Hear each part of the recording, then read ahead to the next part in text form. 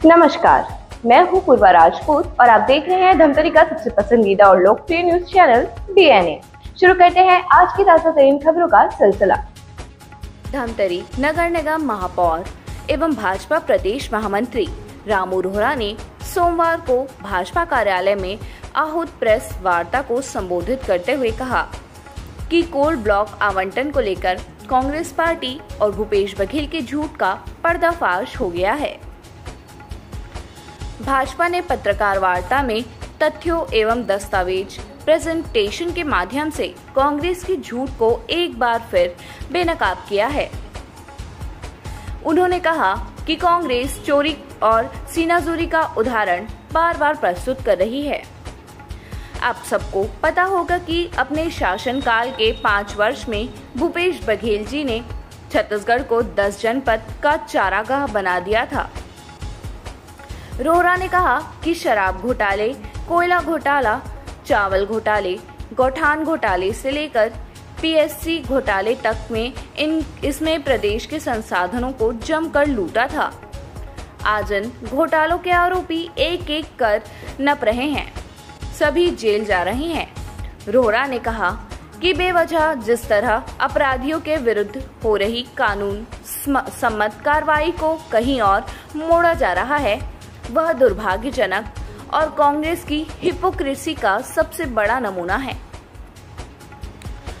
जब भी आप सभी कोल ब्लॉक आवंटन और पेड़ कटाई आदि पर सवाल उठाते थे तो 10 जनपद के दबाव में सीधे तौर पर भूपेश बघेल जी बचाव में आ जाते थे। कहते थे कि कोल ब्लॉक आवंटन का विरोध करने वाले अपने अपने घरों की बिजली बंद कर दें। सवाल यह है कि अब जब झूठे और बेबुनियाद आरोप लगाकर भूपेश जी अपनी कालिख धोने की कोशिश कर रहे हैं, तो क्या वह अपने घर और राजीव भवन की बिजली बंद करेंगे? यह तथ्य है न केवल भूपेश बघेल की कोल ब्लॉक अशोक गहलोत को आवंटित किया था, बल्कि उससे पहले भी मनमोहन सिंह जी की सरकार में तमाम नियमों को धत्ता बताते हुए छत्तीसगढ़ के कोल ब्लॉक आवंटन की राह आसान कर दी थी।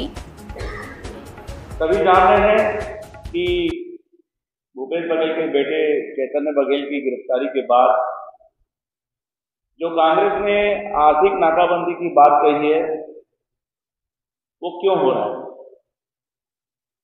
परिस्थितियां जो आज पैदा की गई हैं, उसकी जिम्मेदार कौन है? उसके जिम्मेदार खुद तत्कालीन मुख्यमंत्री रहे भूपेश बघेल जी हैं और ये दस्तावेजों से प्रमाणित है। हमने प्रेस कॉन्फ्रेंस के माध्यम से सबूत भी रखे हैं, डॉक्यूमेंट भी रखे हैं, दस्तावेज भी रखे हैं और कांग्रेस का झूठ एक बार फिर से बेनकाब हुआ है। कांग्रेस चोरी और सीनाचोरी का उदाहरण बार बार प्रस्तुत कर देती है। आपको पता होगा कि कांग्रेस के शासनकाल में भूपेश बघेल ने छत्तीसगढ़ को 10 जनपद के पास गिरवी रख दिया था, भेज दिया था कहना चाहिए। जो निर्णय होते थे वो 10 जनपद से होते थे। शराब घोटाला, कोयला घोटाला, चावल घोटाला, गौठान घोटाला और पीएससी घोटाला, सब में प्रदेश के संसाधनों को जमकर लूटा गया। आज उनके आरोपी सभी जेल में हैं और कुछ जेल में हैं और जो जेल में है वो फड़फड़ा रहे हैं। कांग्रेस बार बार संविधान की बात करती है, कानून की बात करती है। हम संविधान पर विश्वास करते हैं, कहते हैं विश्वास करते हैं, वो दिखता नहीं। अगर उनको संविधान पर विश्वास होता, कानून पर विश्वास होता, तो इस सड़क की बात नहीं करते, इकट्ठा नहीं होते। दबाव बनाने की राजनीति की जा रही है कांग्रेस के द्वारा। दबाव से कुछ नहीं होगा, कानून अपना काम करेगा, संविधान अपना काम करेगा। उनको अगर कानून पे विश्वास है, कानूनी प्रक्रिया पे जाना चाहिए। आज जब चैतन्य पे बात आ गई है तो भूपेश बघेल जी हड़बड़ा रहे हैं और पूरे कांग्रेस का उपयोग कर रहे हैं। अब कांग्रेस के लोग भी सम्मोहन की मुद्रा में आ गए हैं, ऐसा लगता है। जो भूपेश बघेल कहते वो ठीक, इसके पीछे क्या हुआ है घटना, उसको समझना पड़ेगा और छत्तीसगढ़ की जनता माफ नहीं करेगी, छत्तीसगढ़ की सरकार भी माफ नहीं करेगी किसी भी स्तर का भ्रष्टाचार हो। और इसका उदाहरण है सुशासन सरकार, विष्णुदेव साय की सरकार। जितने आरोपी हैं आज जेल में हैं और आने वाले समय में बहुत सारे लोग और जेल में जाएंगे। जो इस भ्रष्टाचार में लिप्त होंगे वो जेल जाएंगे और जो बेल में हैं वो घबरा चुके हैं कि हमारा क्या होगा भविष्य, क्योंकि सबूतों के साथ किसी की गिरफ्तारी की जाती है। ईडी और सीबीआई पे बार बार बात उठाने वाले जो सीबीआई का विरोध करते थे, कभी उन्होंने विधानसभा में सीबीआई की मांग की, उन्होंने 5 साल सीबीआई की एंट्री क्यों बंद रखी? सीबीआई पहले भी वही थी, सीबीआई आज भी वही है। पूरे कांग्रेस के शासनकाल पे इन्होंने सीबीआई पे बैन कर दिया था, एंट्री पे बैन कर दिया था। माननीय विष्णुदेव साय की सरकार, भाजपा की सरकार आते ही सीबीआई को छत्तीसगढ़ में एंट्री दी गई। आज वो घबरा रहे हैं और उस समय सीबीआई रहते तो ये स्कैंडल नहीं होते। जो छत्तीसगढ़ में इतने बड़े बड़े भ्रष्टाचार हुए, नोटों की पोटली 10 जनपद में भेजी गई, बाहर विदेशों में भेजी गई, ये नहीं होती। इनकी उद्देश्य शुरू से ये रहा कि सीबीआई की एंट्री बंद कर दो, जिससे भ्रष्टाचार में खुली छूट मिले। इन्होंने भ्रष्टाचार का चारागाह बना दिया, गढ़ बना दिया छत्तीसगढ़ को। जिसको जो मिला वो लूटते गए भूपेश सरकार में। आज धीरे धीरे धीरे धीरे सब रोड में आ रहे हैं, सब जेल में पहुंच रहे हैं। महादेव एफ हो उसके आरोपी आज बाहर घूम रहे हैं। किनका संरक्षण था? क्या उस समय महादेव एफ 5 साल नहीं चला? क्या इनको जानकारी नहीं थी? आज जब पुत्र पे बात आ रही है, चैतन्य पे बात आ रही है, तो कांग्रेस के लोगों को इकट्ठा करके ये बताया जा रहा है सरकार किसी दबाव में नहीं आएगी और ऐसे आरोपी जो भ्रष्टाचार में लिप्त हैं उन पर कार्रवाई होगी। जो चावल को खा गए उनसे क्या बात की जाए, उन पे क्या मानसिकता होगी उनकी, समझ सकते हैं। आज चावल के राशन घोटाले के आरोपी बाहर हैं। आज कहां है ऐसे आरोपी? देश से बाहर भगा दिया अपने शासनकाल में। सरकार के रहते रहते ऐसे लोगों को भगा दिया ताकि हमारी पोल न खुल जाए। सब जानते हैं, पूरी छत्तीसगढ़ भी जानती है, धमतरी की जनता भी जानती है। आने वाले समय में और गिरफ्तारियां भी हो सकती है। जिनका भ्रष्टाचार में नाम आएगा ऐसे लोगों पर गिरफ्तारी हो सकती है। भूपेश बघेल का चेहरा बेनकाब धीरे धीरे होते जा रहा है। उनके परिवार की संलिप्तता सामने आते जा रही है, जो वो दबाव बना के हटाना चाह रहे हैं। हम जनता को बता देना चाहते हैं कि भ्रष्टाचार में जो लिप्त हैं ऐसे और स्कैंडल भी खुलेंगे। धीरे धीरे परतें खुलते जा रही है।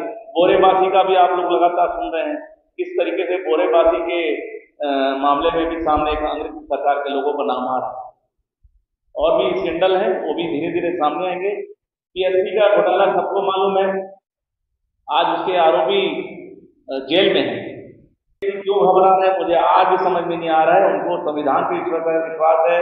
प्रियंका गांधी ट्वीट कर रही है, राहुल गांधी ट्वीट कर रहे हैं, उनको ज्यादा घबराहट हो रही है क्योंकि सीधे अब 10 जनपद की बात आने वाली है, जिनको घबराहट हो रही है। इसलिए ऐसे आर्थिक नाकाबंदी का प्रयास किया जा रहा है। जनता को परेशान करने का काम हो रहा है, प्रयास हो रहा है। आज के इस प्रेस कॉन्फ्रेंस में मेरा इतना ही विषय था।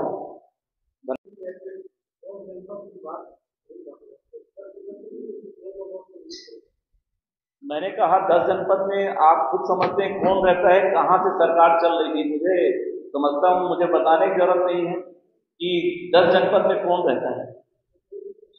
स्पष्ट कह दिया मैंने, 10 जनपद में जहां पैसा दे रहे थे उनको चिंता हो रही है। अब उनका इन्वॉल्वमेंट हो रहा है क्योंकि आज ही कल वहां का नाम आने का है, उनको लग चुका है।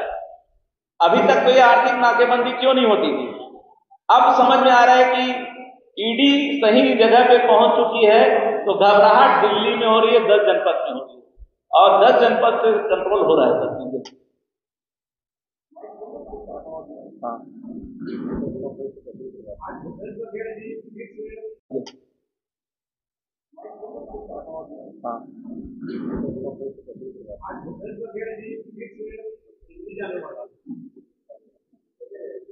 आखिर जाएंगे कहां? अपने आकाओं के पास जाएंगे। बचाओ और आप भी बचो। आरोप कर रहे थे कि राज्य का सारा पैसा भूपेश कार्यकाल में जनपद जा रहा था, किसानों को कितनी सच्चाई? मुझे बताने की जरूरत नहीं है, लेकिन आप पूछ रहे हैं, मुझे आश्चर्य हो रहा है। आप सबको भी मालूम है कि यहाँ का पैसा किसके कारण वसूली होता था, किसके कहने पे वसूली होते थे। देश में जितने चुनाव हो रहे थे उसमें कांग्रेस का पैसा कहां से लगता था। तत्काल उस समय के मुख्यमंत्री भूपेश बघेल के उस समय भी आरोप लगते थे और आप मीडिया जगत के बंधुओं द्वारा ही बात उठाई जाती है, उस समय भी उठाई गई कि चुनाव का पैसा छत्तीसगढ़ से जा रहा है और प्रामाणिकता के आधार पे बात आती थी। तो दिल्ली को घबराना तो पड़ेगा, 10 जनपद को तो घबराना पड़ेगा। जब राजनीति में नहीं है, आपके प्रश्न को मैं आगे बढ़ा देता हूं, जब राजनीति में नहीं है, वो कांग्रेस के पदाधिकारी भी नहीं है, तो इतनी कांग्रेस के सदस्यों को घबराहट क्यों हो रही है? बाकी जब कांग्रेस के नेताओं पे जब हो रहा था केस, तब तो कहां गए थे लोग?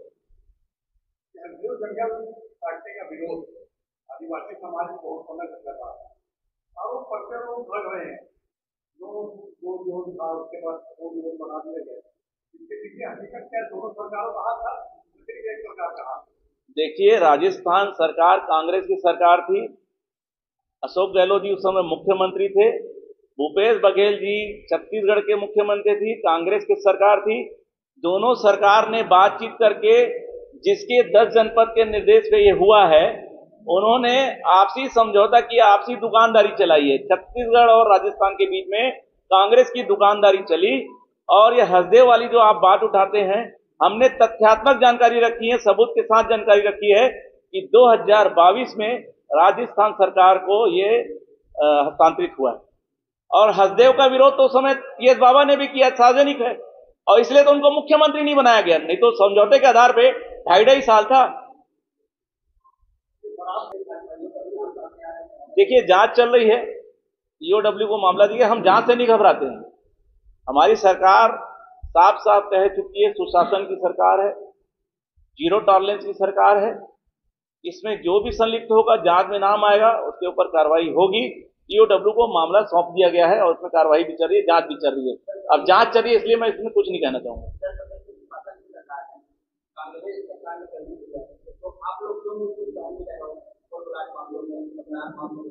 देखिए, एग्रीमेंट होते हैं, एग्रीमेंट जो हुए हैं उनका पालन हो रहा है, और एग्रीमेंट की शर्तों का क्या उल्लेख है, तथ्य में क्या है, हम भी कानून को मानने वाले लोग हैं, हम भी संविधान पर विश्वास करते हैं। देखिए, मैंने स्पष्ट कह दिया है कि डीड आप इसमें क्या डीड हुई है, इसकी शर्तों का क्या उल्लेख है, तत्कालीन सरकार ने क्या उल्लेख किया है, राजस्थान सरकार को क्या दिया है, ये सारे शर्तों में उल्लेखित है। जब हो गया तब उसमें किसी ने कहा, हमने मामले को आगे बढ़ाया है। देखिए, मैंने पहले ही कहा, कांग्रेस में एक चीज आ गई है, भूपेश बघेल ने जो कहा है, पहले मैं भूपेश चैतन्य को बचाऊं, फिर 10 जनपद को बताऊं, और 10 जनपद को बचाने के लिए जनता को परेशान किया जाए। आर्थिक नाकेबंदी से कुछ नहीं होगा, जनता को परेशान करना इनका आज मुख्य उद्देश्य है। सबकी समझ में आ चुका है, जनता समझ जा चुकी है। हसदेव जब बात करते हैं, कांग्रेस सरकार की देन है।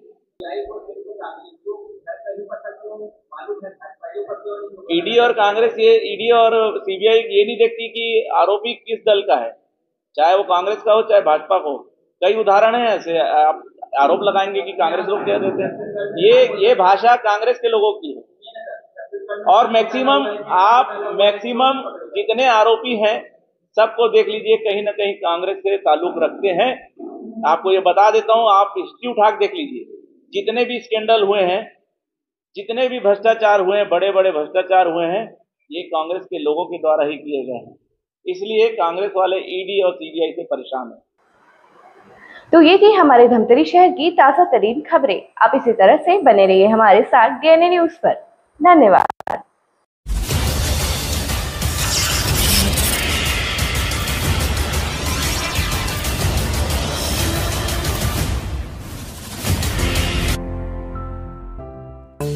DNI न्यूज, धमतरी का नंबर 1 न्यूज चैनल। अब देखिए HD में,